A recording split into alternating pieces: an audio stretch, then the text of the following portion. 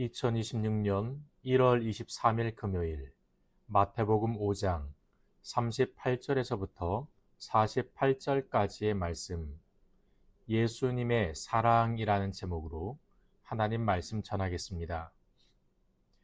마태복음 5장 21절로부터 48절까지는 예수님께서 말씀하시는 서기관과 바리새인보다 더 나은 의가 무엇인가, 이것에 대해서 예로 들어 풀어 설명하시는 단락이죠. 그중 오늘 본문인 38절로 48절은 그 마지막 두 예화가 등장하므로 산상수훈의 절정을 볼 수 있습니다.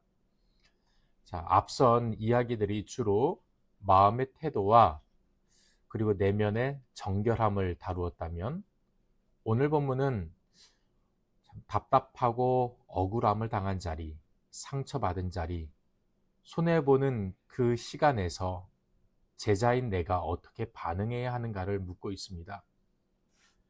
그래서 오늘 본문은 우리에게 참 어렵고 어떻게 보면 급진적으로 들리기도 합니다. 하지만 동시에 예수님의 윤리가, 가르침이 가장 분명하게 드러나는 대목이기도 합니다. 예수님은 오늘 본문에서 제자들에게 단순히 착하게 살라 이렇게 말씀하지 않으십니다.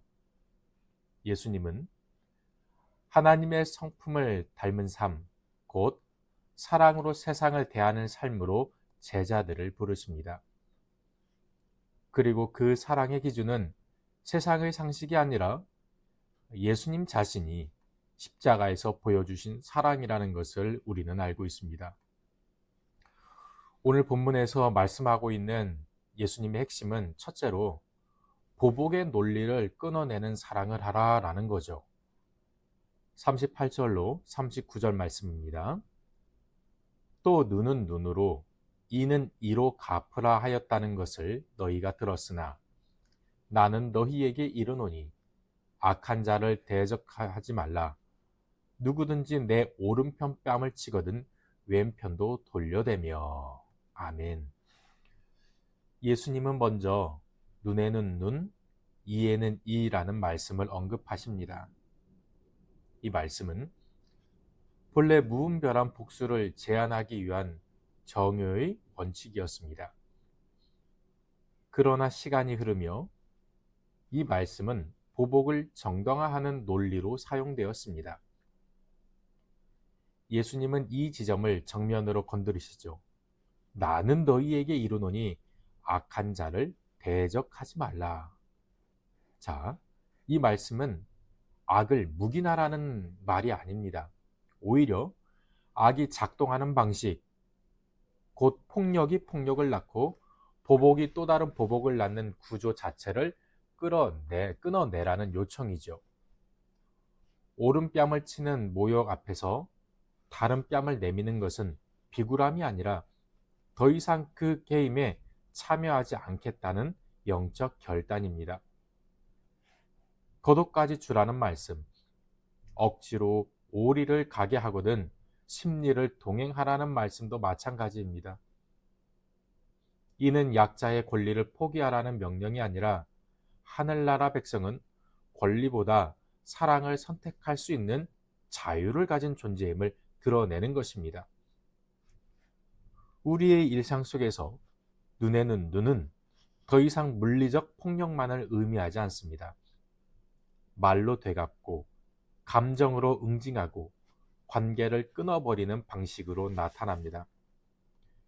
그러나 예수님은 제자들에게 그 악순환을 끊는 다른 길을 보여주십니다.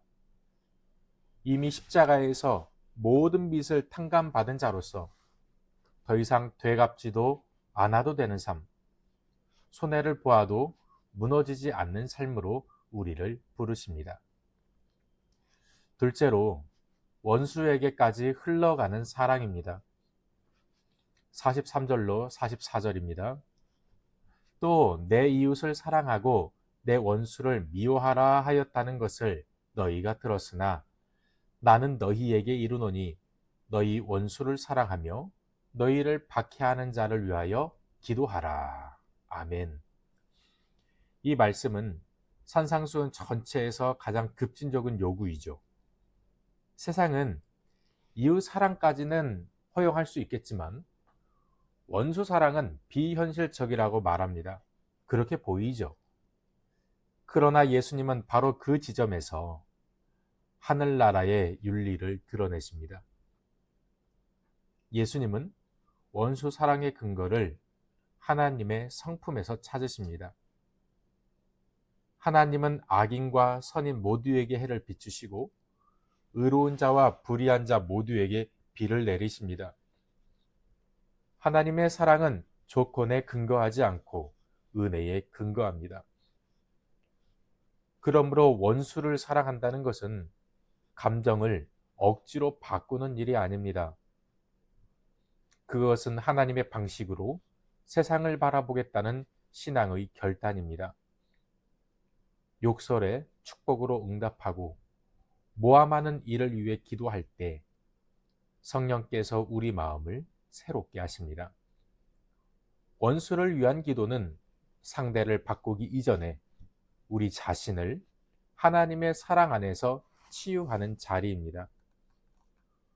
오늘 우리의 사회와 공동체는 갈등과 대립으로 깊이 갈라져 있습니다. 정치, 세대, 관계의 분열 속에서 사람들은 서로를 쉽게 원수로 규정하죠.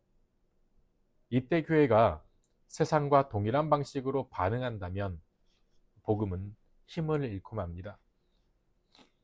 그러나 그리스도의 제자들이 다른 선택을 할 때 세상은 비로소 하나님 나라를 보게 됩니다. 마지막으로 하나님 아버지의 온전하심을 닮아가는 사랑을 이야기합니다. 예수님은 이렇게 마무리하시죠. 48절입니다.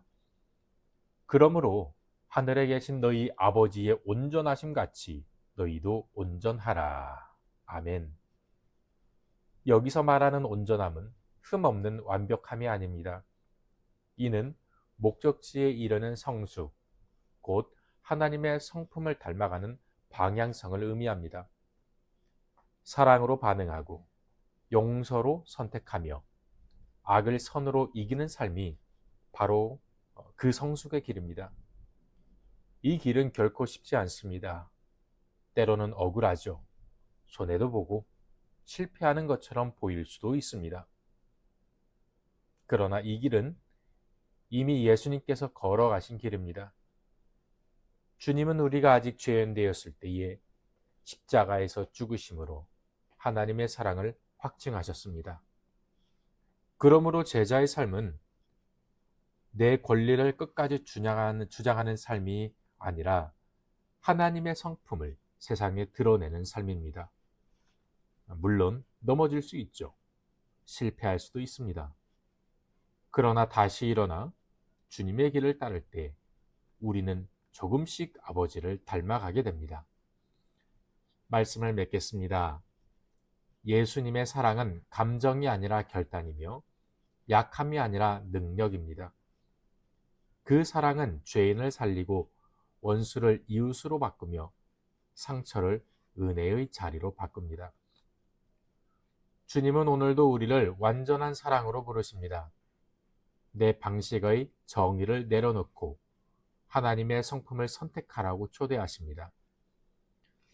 십자가에서 시작된 그 사랑이 이제 우리의 일상 속에서 이어지기를 원합니다.